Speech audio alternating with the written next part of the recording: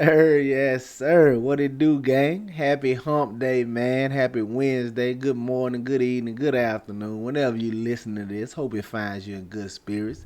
It's me, your humble host, Chandler Blakely, aka Goose. Y'all know why I'm here, man. Bringing you another edition of the Starting Five. But before we do that, it's the lineup review. Going over my best lineups from yesterday's slate, so we're gonna talk about it. Y'all come on in, man. Alright? If you're new to the channel, you definitely in the right spot. Hit that subscribe button, turn your notification bell on so you can be here rocking with us every day when the videos drop. And y'all know, man, y'all better hit that like button. Y'all falling off, man, okay? I see I'm going to have to go back to the threads, man. Y'all better hit this like button for y'all won't see me for a week. Hit that like button today, man. Let's get to it, all right?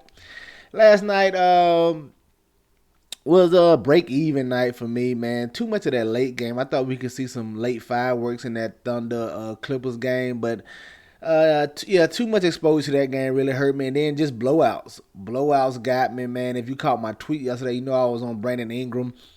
He was balling, had like 48 through three quarters, but it just blowout and no fourth quarter run at all, man. Should have easily had a 50-plus burger for us, but there's nothing you can do about it, man. Things like that, that's out of your control. All you can do is play the best plays in the best spots, and the rest is out of your hands, man. You can't do nothing about foul trouble. You can't do nothing about blowouts. You can't do nothing about a guy just shooting bad. Guys have off nights. It happens, man. You just got to play the best plays in the best spots, and then just kick back, put your feet up, grab a beer or something, man. I don't know what to tell you, but this is my best lineup right here on DK 291. Trae Young, everybody's chalk with DeJounte Murray being ruled out. 53 fantasy points. Blowout hurt him as well. He could have gave you a bigger performance as well, but still solid from him. Cash LeVert going back to him. I just keep going back to him. They keep giving him 30 minutes, man. He just been a solid little value play around here. Almost 6Xing once again. 31 fantasy points from Cash LeVert. Sadiq Bey just wanted all parts of that Atlanta game. Young, Bey, Bogdanovich. I told the team whoever started in that shooting guard for Atlanta, I had some Collins, I had some Hunter. There's plenty of those Atlanta guys. Great matchup against the Pistons, and no DeJounte Murray just freed up usage for everybody. Bey was solid, 31 fantasy points from him. Paulo Banchero, 16% on, gave you 42 fantasy points. Just trying to get different. See that price is steadily falling on him. That was a good game here against the Wizards. He was solid at 42 fantasy points. Jared Allen, I probably got too much Jared Allen, man. I had about 20-30% Jared Allen last night. I knew it was a good spot against the Nets at 6,200. I know nobody wanted to go there. He came back. I had a feeling he would see 30 minutes in his return. And he was solid. Gave us a double-double at 36 fantasy points, but wish I could have got a little more out of him in this spot at 7% on. He really could have made us climb up the leaderboard. At the other guard, Paul George, 10%. Like I said, I got some Paul George. I got some Kawhi. I got some SGA. I just thought we'd see a little more fireworks in this late game. Wasn't to be tonight. Paul George, only 41 fantasy points. Candace Bates Diop, man, you just got unlucky here. This 52% of people, we just got really unlucky. Nothing you can do about it. He played 18 minutes, gave you 18 fantasy points. If he gets 30 minutes, who knows what he give you? But it's for sure more than 18. So you just can't do anything about the minutes here. They was getting crushed by the Pelicans. Pop just let the bench players go, the bench of the bench go, because they was already playing bench guys. So 18 fantasy points, 18 minutes. Nothing you can do. Mamu. I was pretty much 100% Mamu. I had him in almost every lineup. Almost. I really don't like going 100% because for some reason, every time I go 100%, something crazy happens. But I was like 80% Mamu, so solid here out of him, 37. But everybody was on him as well. They should have been. I told you on yesterday's video, he was a great play. All right, but there you have it on DK 291. On FanDuel, my highest scoring lineup was 338. This is actually I think it was the $9 or $7, whatever it was yesterday, the 40K the first. I threw like a couple lineups in there. Put up 338. Got some Cole Anthony at 15%. He gave us 30 fantasy points.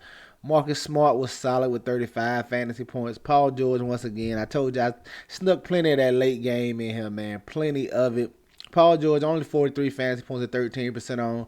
Bogdanovich, 47%, gave you 21 fantasy points. Brandon Ingram at 19% gave you 45 in that blowout that hurt us. Ran it back with Sadiq Bey here again.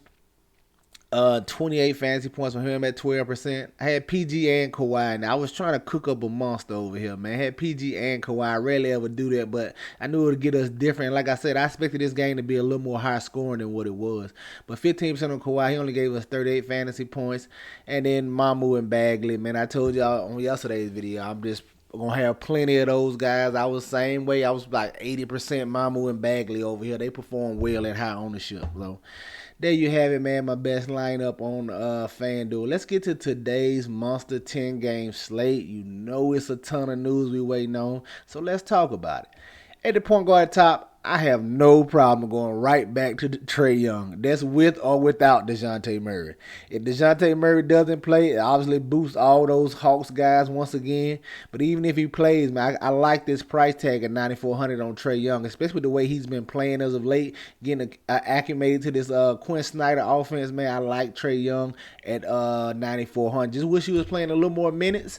But hey, I take it. He can get it done in the 33 minutes that he's going to get right here at 9,400, especially in the matchup against the Timberwolves. Coming in at shooting guard, I want to look at Tyrese Maxey. Another spot, I think he's in play regardless of whether Harden plays or not. But I think Harden is out, man. I don't think they're going to risk it with his Achilles, especially with the playoffs right around the corner. I think they let him sit this game and go at it with Maxey and Embiid once again, playing this Bulls team that they just played on Monday. So I'm looking for Harden to possibly be out in this spot. But like I said, Max is a solid play whether Harden plays or not. But definitely going to love him and load up on him if Harden is out. He's just been playing well, man, getting his groove back. He was struggling at the beginning of the year, but he's finding it as they're going into this playoff run. I like him at 6,900. Now, small forward. You know what I mean, me and Toronto, guys, but this is another injury play. Scotty Barnes missed practice yesterday. He's questionable, so he could be out. If you're going to have a similar situation to Atlanta and Philly, if Scotty Barnes is out, it's going to add usage and shot attempts to the rest of those Raptors guys in a great matchup here against the Indiana Pacers. No real defense over there to worry about. I'm going to like getting the OG Anunoby only if Scotty Barnes is out. If Scotty Barnes plays, we're going to pivot and go to somewhere else. You know how I feel about the Toronto guys. I can never get them right. But if Scotty Barnes is out, I'm going to look the OG Anunoby at 6,400. I'm going to like that price tag, and I definitely love the matchup against the Pacers. At the power forward, I think we can go back to Kristaps Porzingis. I don't think Kuzma plays again tonight. Just reading what it said, Coach said it was a severe ankle sprain. So a lot of swelling. So I think they hold him out again, especially going here against the Denver Nuggets. Second night of a back-to-back. I like Porzingis in this spot, man. 8,900. He should be very solid here. You know, he's live for a double-double. He probably going to see some minutes at center because Gafford probably going to get in foul trouble going against Jokic. So I like Porzingis here at 8,900. I expect him and Bill to keep the Washington Wizards in this as they're trying to make the playoff run as well. And then coming in at center spot, I want to look at Jock Landale. DeAndre Ayton is out. Now, it could be a case of Biyombo. Either guy could start here, Biyombo or Landale. I actually hope it's Biyombo to start out with because that's one going to keep the ownership down on Landale. And then also, I just think Anthony Davis cooks whoever's in there. It don't matter if Landale or Biyombo start, man. AD is going to cook who's ever in there. I prefer Biyombo starting, like I said, keep the ownership down on Landale. Possibly he probably may get into some foul trouble trying to check AD. So I'm hoping he starts and I can go to Landale. Just from the eye test, man, I like Jock Landale better than Biyombo. He's just more involved in the offense. He just does more things than Biyombo just playing defense and trying to rebound. So I like Jock Landale over Biyombo, even if Biyombo starts, like I said, because I think AD absolutely destroys whoever down there, right? If Jock Landale starts, I actually may fall back a little bit, but I'm still going to get some because his price tag is just too cheap, and he should see 20 to 25 minutes at least in this matchup, all right? There you have your starting five for DraftKings. Trae Young, Tyrese Maxey, OG Anunoby, Kristaps Porzingis, and Jock Landale. Let's go look at FanDuel and see what I'm feeling over there, all right? Coming in at FanDuel, point guard, who knows what Dallas is going to do. Luka's been practicing, but they keep sitting him. If he sits again in this spot, man, and Kyrie plays, I'm going to like Kyrie at 9,600. He just going to have to kill me again. The matchup is too good. A pace-up matchup against this Golden State Warriors defense who has been reeling as of late, pretty much all season since Wiggins went out. I'm going to love getting the Kyrie Irving here at 9,600, provided that Luka is out. Now, if Luka plays, we probably go somewhere else. But keep your eye on this news. Definitely a pivotal spot, in my opinion, right here with this price tag. I love this price tag on Kyrie Irving. You probably can play him even if Luka plays, but I'm just not going to be as high on him if Luka plays. But if Luka's out and he's playing, you can just load me up with Kyrie again. He had to kill me again like he did the other night. At the shooting guard spot, man, like staying with Tyrese Maxey. It's $7K over here. Okay with the $100 price increase. Like the matchup against the Bulls. And like I said, if Harden is out, it's just him and Embiid's show, man. He's the second scoring option behind Embiid, so you're going to need... I can't say if you're going to need him for sure, but I'm definitely going to like a lot of Maxey here in this spot. At the small forward, I think we can go back to Denny Avdija.